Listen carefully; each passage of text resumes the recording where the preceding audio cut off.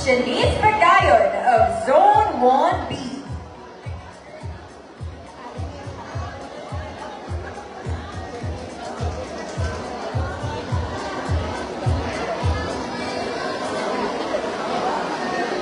Galing talent nila. 1 minute lang ni siya tanong.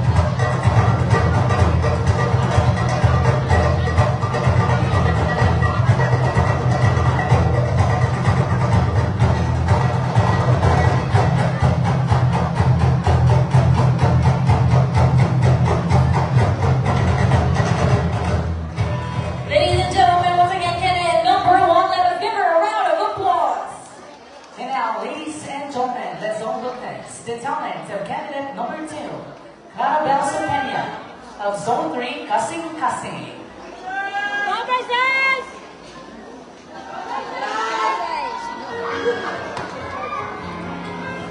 Number 2.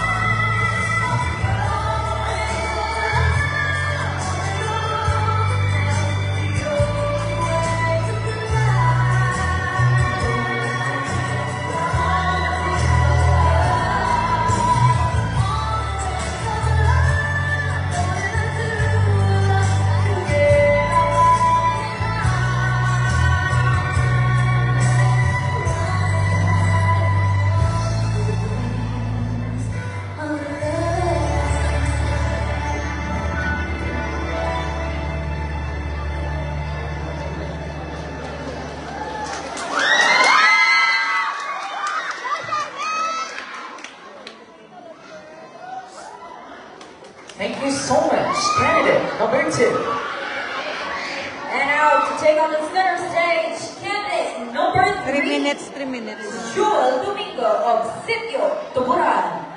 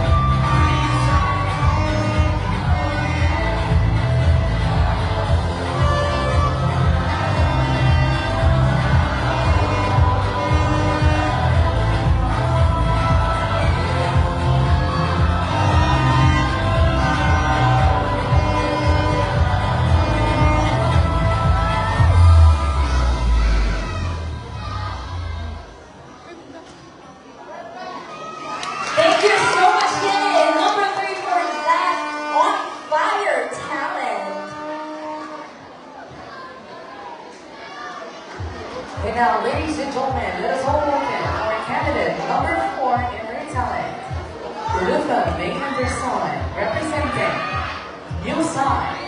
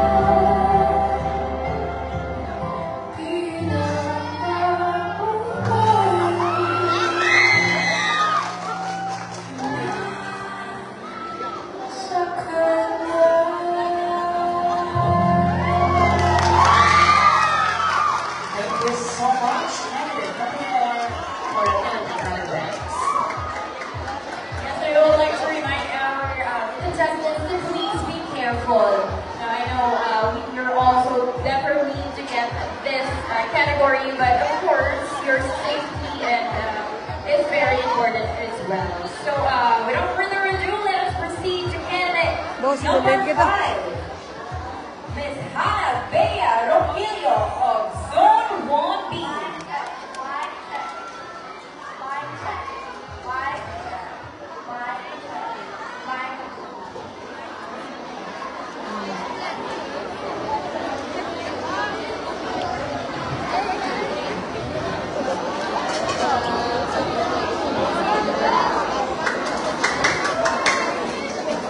Sa akong pagbutaw, ako na natulungan ang akong taksa-taksa pangbuhi.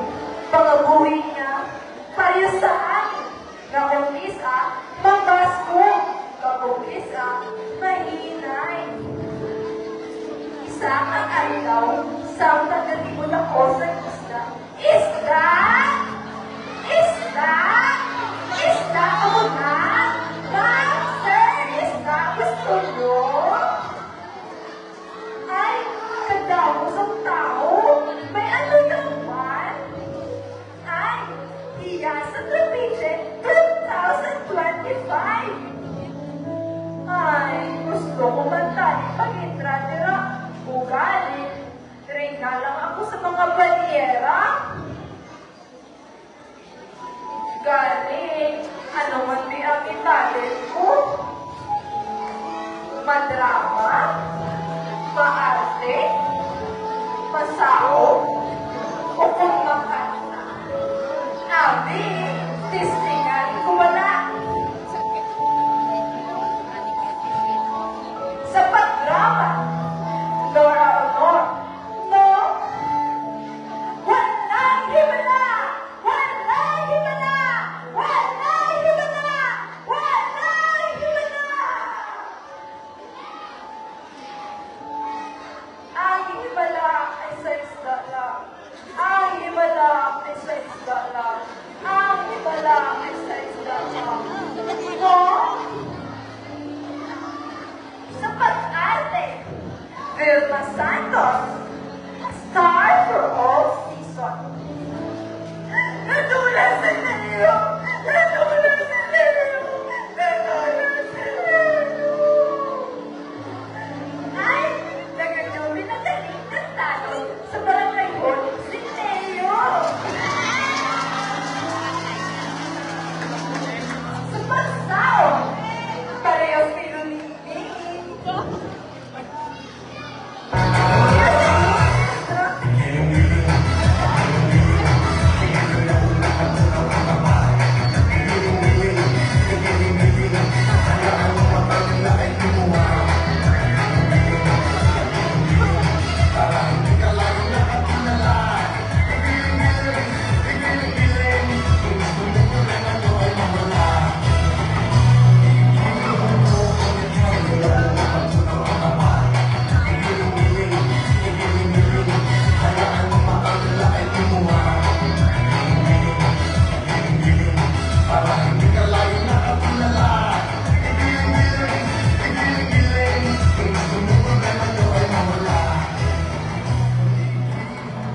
Sa pagkanta, Sharon Cuneta, megastar.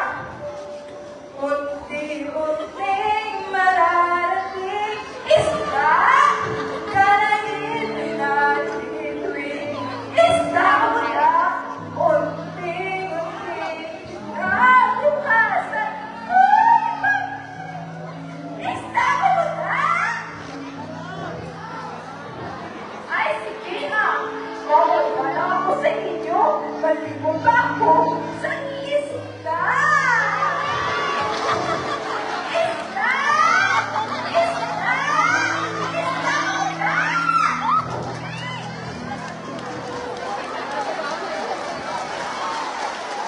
Thank you so much. And number 5. Pwede daw sumsuman ron. Hindi oras.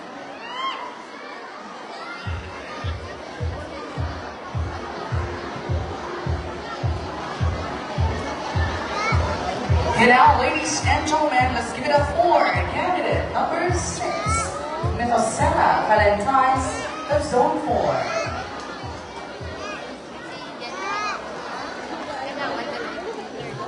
Oh, ano ba na to? Ano ba ito? Lada! Lada! Isda ko, isda. Isda, isda. Magandang gabi sa aking mga manuno. Magandang gabi sa mga video kong naurado. Ako hindi na magsasayaw at lalo hindi na buwang kakanta. At baka biglang ko lang sa ating magsasayaw. Kaya namuyan ko ang aking silang pinag-isipan at pinaghirapan. Ang alam ito ay tungkol sa ating mga kababalik. Ano ko, isda ko. Isda, makakata.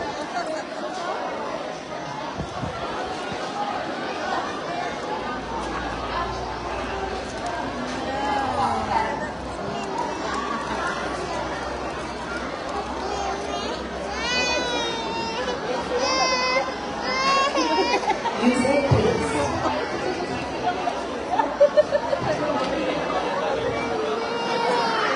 Tahimik. Ilang beses ko nang narinig ang kwento namin. Ilang beses ko nang kami pinagkabit-balikan. Babae na kasi. Pero, sabi nila, ang papel namin ay nasa likod. Taga-suporta, taga-pangalaga, taga-sunod.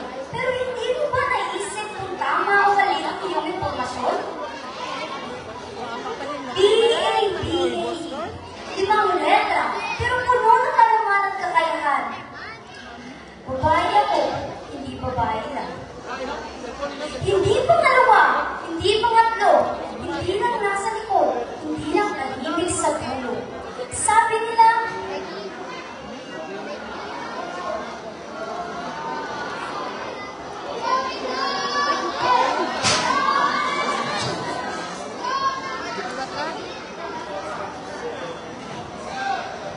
paano naging marupok?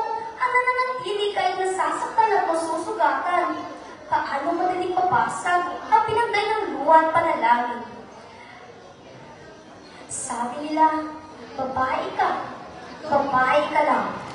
Sabi ko naman, sa bawat dinig, sa bawat hakbang at sa bawat galaw namin, may saysay, may dahilan at may sigaw. Sa trabaho, sa politika, sa sino, sa agaw, kami narito. Di lang inspirasyon, kundi dahilan ng progreso. Kaya sa susunod na sasabihin mong babae lang, huminga ka ng malalim at isipin mo ulit na wala kami, walang ikaw, walang sila, walang kahit ano.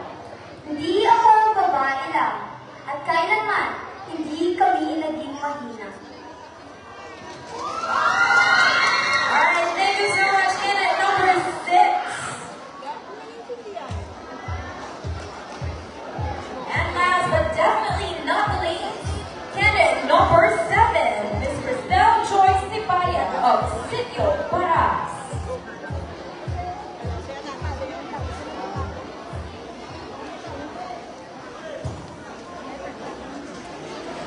Mic check.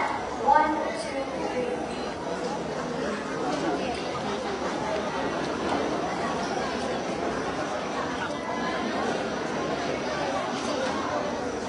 Ay! Hi! Alam ko na galit? Hi! Good morning! Pala na kayo nabugtaw. Ano kayo pinaglalakad? Ako man na amin sa college. Hindi niyo ba madula ang 7 a.m. classes? Kabutlar kami. Kapit-kapit ko. Arte ka. Naga makilay sa reviews. Pero sa buo pala, kabutlar maging isang college student. You have to be smart, pero dapat hindi ka magpating na ikaw ang pinakasagat sa tanan kahit hambog ka na ng karon. You have to participate sa class, pero dapat you're not too opinionated kahit ako ka na nakarumulo. You have to get good grades. Uno, 2.25. Pero dapat, hindi ka nerdy. Kaya base, mabudaya naman sila approach sa imo. Kapudlay na sa mga budget. Do you guys know the word inflation? Yes. Do you guys know the word inflation? Yes. We should. Halin sa plite, pagkain,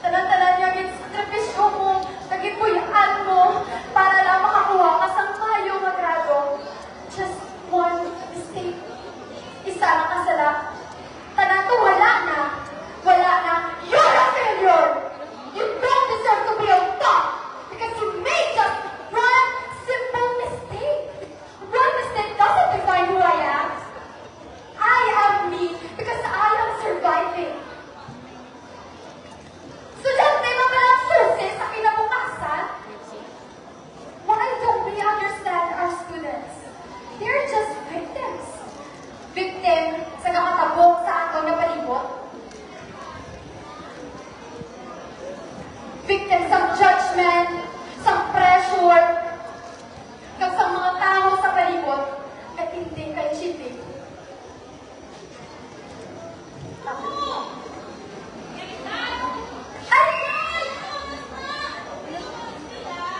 Ma! Lahat ako! Basta ka scar ka, eh? Aris scar! My footstep sounds like success. Alright, thank you so much, candidate number 7. Of course, you've already witnessed ang ating candidates, no? Kaya hindi lang sila beautiful and graceful, they're also very talented. And of course, before we proceed to the next segment of our show, let us all be once again be entertained by my partner, Mr. Brian Matthew Tavares. Let us give him a round of applause.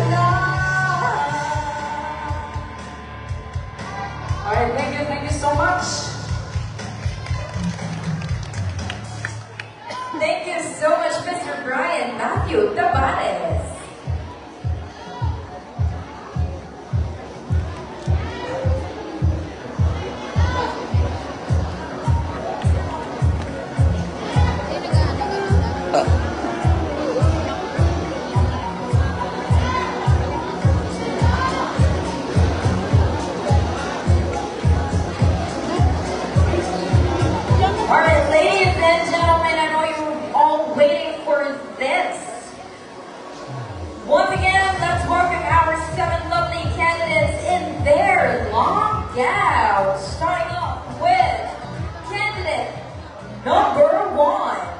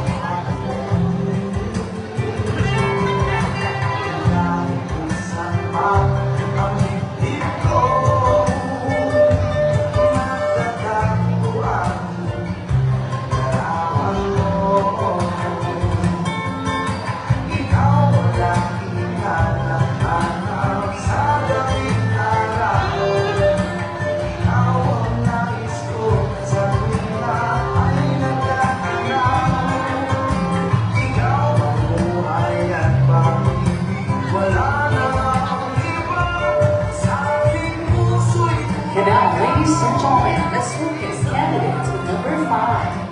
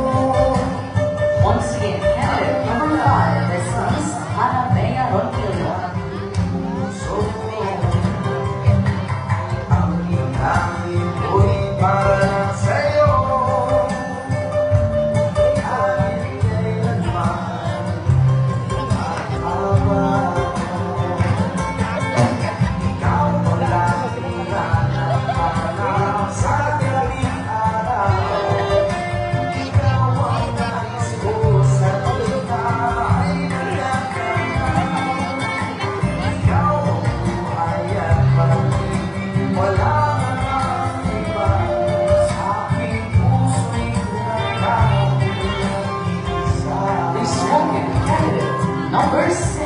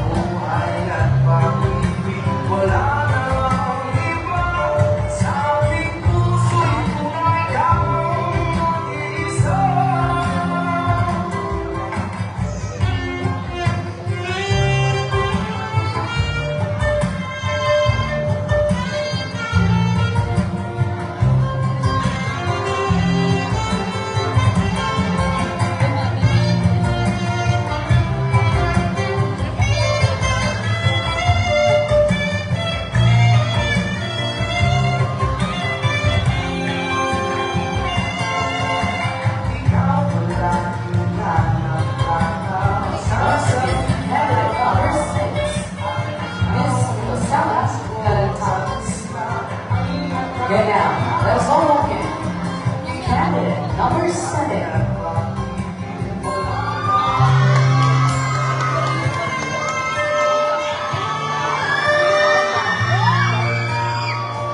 May pasabog siya, Permi.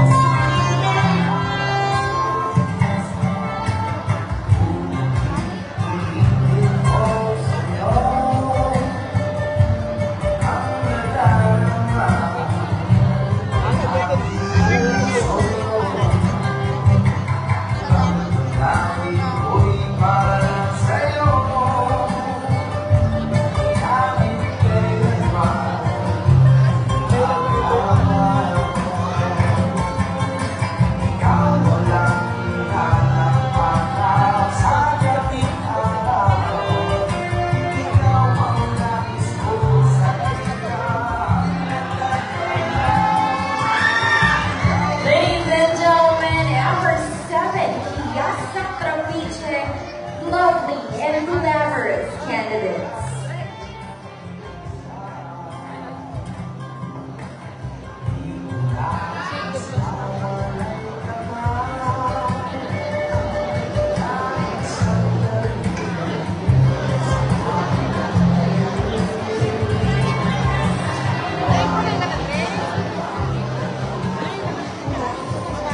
And on the region, this is the moment we've been waiting for now.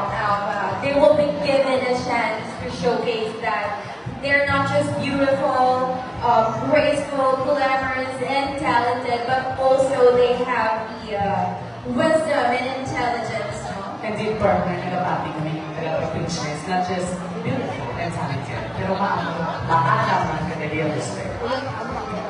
Alright. I think it is time to have their final interview. Okay, candidate number 1, it is now your turn.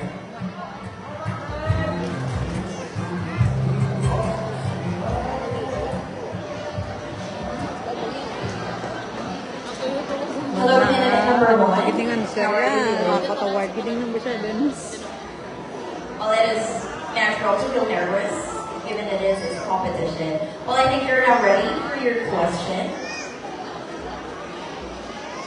And of course, I'd like to remind everyone to please refrain from making any noise while our candidates are answering their questions. And let us be mindful and be respectful.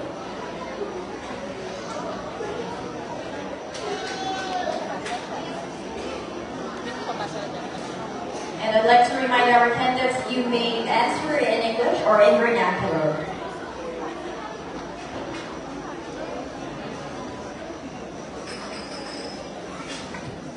Candidate number 1, your question is, if you could give advice to a girl younger than you, what would it be?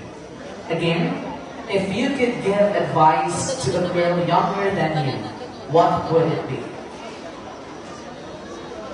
Good evening, everyone. If I could give advice to a girl younger than me, what would it be? It would be, I will tell to her that everything happens and it has its own reason, and strive harder for your own future. And die. Thank you. Thank you so much, candidate number 1. Short but precise. Alright, candidate number 2, it is now your turn. Hello, candidate number 2. How are you feeling tonight? She's fine, partner. Yes, is there anybody you'd like to thank? First of all, I would like to thank my mama, my kapatid, ang nagpilit isabot sa muling kompetisyon.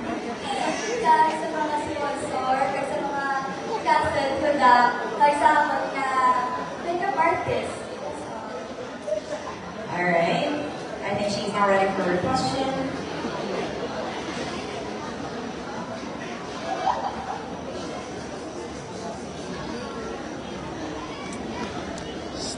Alright, candidate number 2, your question is, Barangay Capiche is a prosperous community. As president of this barangay, can you describe a compelling story or experience that showcases the best aspects of this place?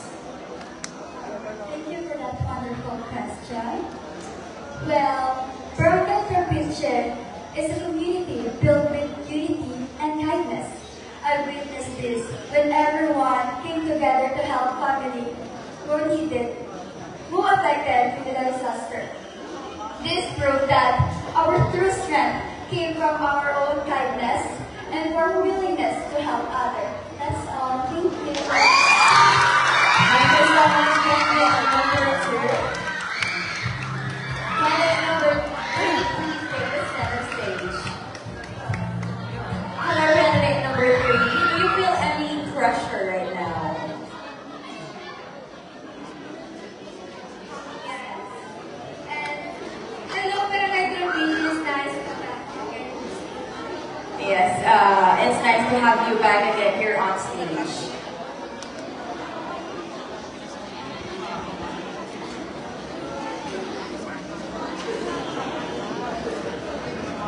Alright, Alright, candidate number 3, here is your question.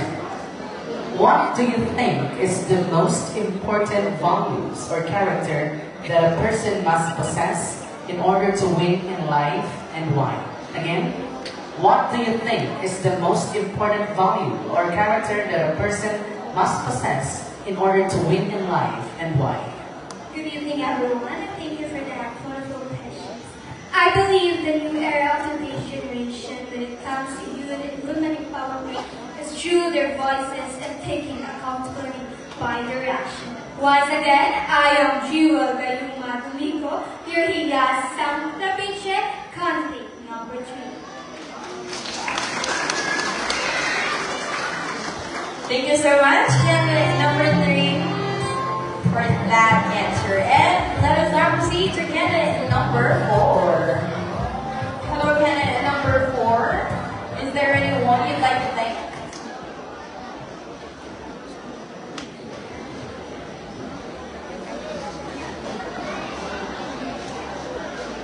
Very focused si candidate number 4. Wala ako naman yan. So ready na siya siguro sa iyong question.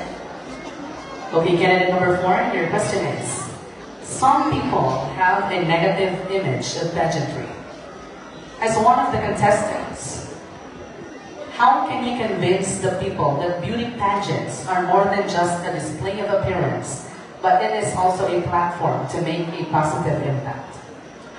Good evening. Para sa ako, hindi pa naman magamba na mag-judge sa dapat pala naging kung ano ang negative o positive sa ilan. And I thank you.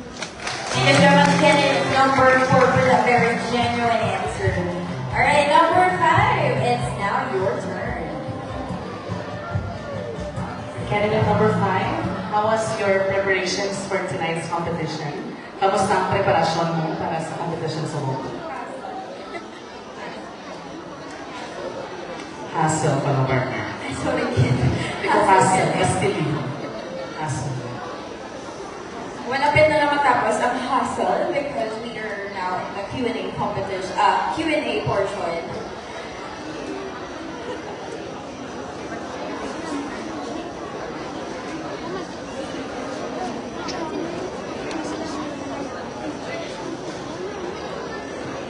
Para sa ako, bilang isang teenager, Madali na siya matapos. Anyway, candidate number 5, your question is, environmental issues disrupts the usual function of ecosystems. How can we encourage the youth and community involvements for environmental initiatives and conservation efforts?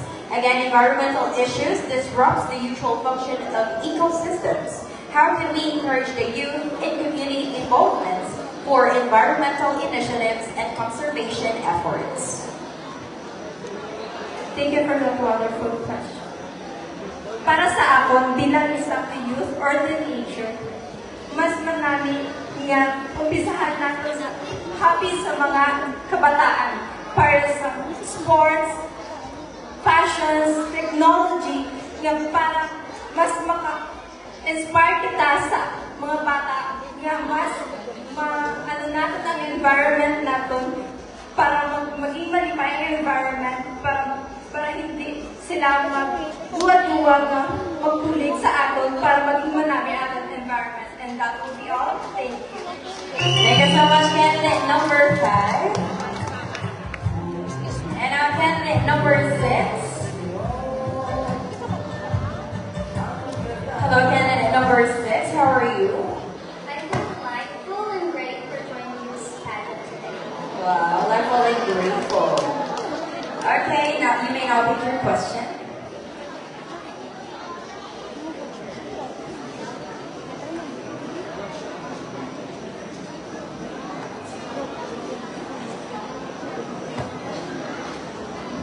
Plastic siya magbasa. Candidate number 6, your question is, mental health is a vital aspect of our overall well-being. What do you think are the most common misconceptions about mental health, and how should we combat them? Thank you for that wonderful question. Before I answer my question, I would like to greet everyone a pleasant good evening, especially to our very grateful physical challenges. Mental health is an essential component of our well-being, yet being often shrouded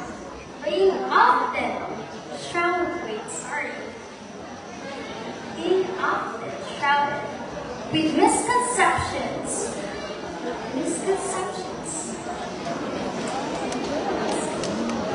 I'm sorry.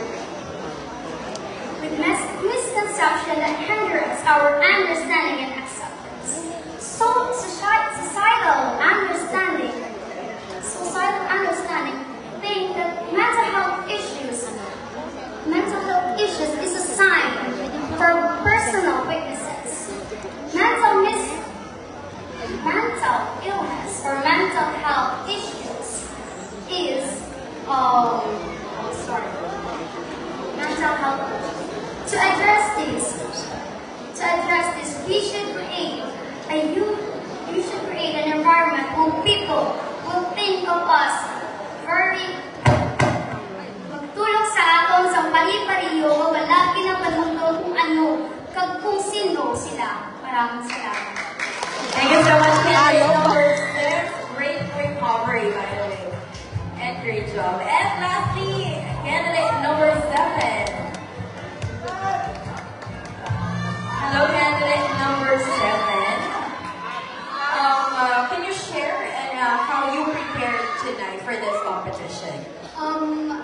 Very long ang process, but I believe that it is all worth it in the end.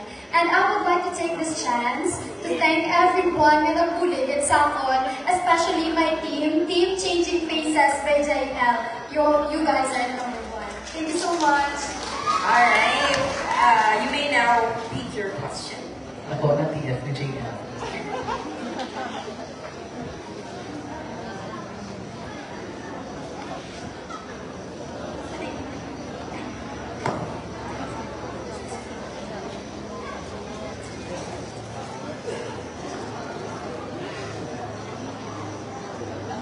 Alright, candidate number 7, your question goes this way. The youth of today is greatly immersed with social media. What do you think are the benefits and drawbacks of social media? Do you think the benefits outweighs the negative effects? Again, the youth of today is greatly immersed with social media. What do you think are the benefits and the drawbacks of social media? Do you think the benefits outweighs the negative effects? I believe that the social media is very useful to us, especially as students. But it also has a negative effect of circulating fake news. In order to be informed by the true and authentic news that we need to learn, is that we need to be an advocate of clicking before think before you click. Because I believe that through being informed, we the youth can create a healthy environment in the social media where negativity do not grow and fosters and fake news is set aside, where social media can only be used through positive. And everything is good, but in moderation. And I believe that we youth has the power to change these stigmas. Thank you. Thank you so much, candidate number 7. There you have it, ladies and gentlemen. Our interview portion concludes, and it is now up to our judges. Kung mo na first ever Hiyasa Trapiche. Yes, I know, partner, mabutay namin ang judges namin. And I think the audience are feeling excited for the upcoming awarding. So at this point, ladies and gentlemen, I know lapit na rin kita sa coronation. But before that, to serenade our 7 lovely candidates, let's all welcome Mr. David John De Los Reyes. Let's all give him a resounding applause.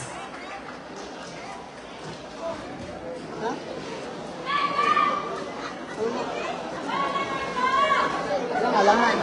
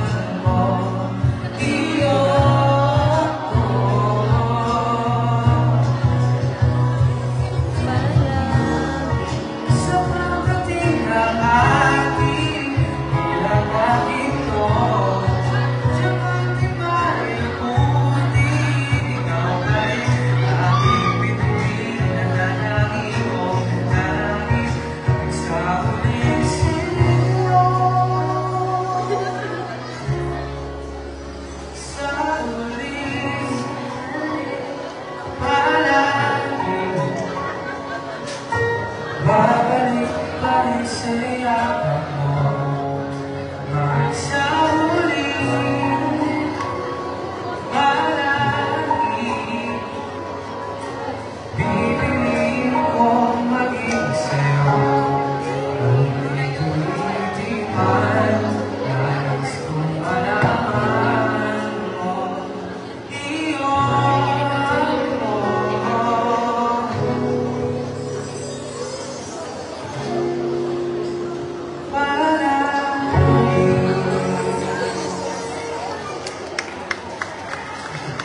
Thank you so much, Mr. David John de los Reyes, for that song. And our candidates, may I request everyone, all the candidates, please be back on the backstage for you to rest. Nagpagahula some time for the awarding of minor awards and major awards. Alright, at this point, we would like to show our appreciation to our esteemed panel of judges.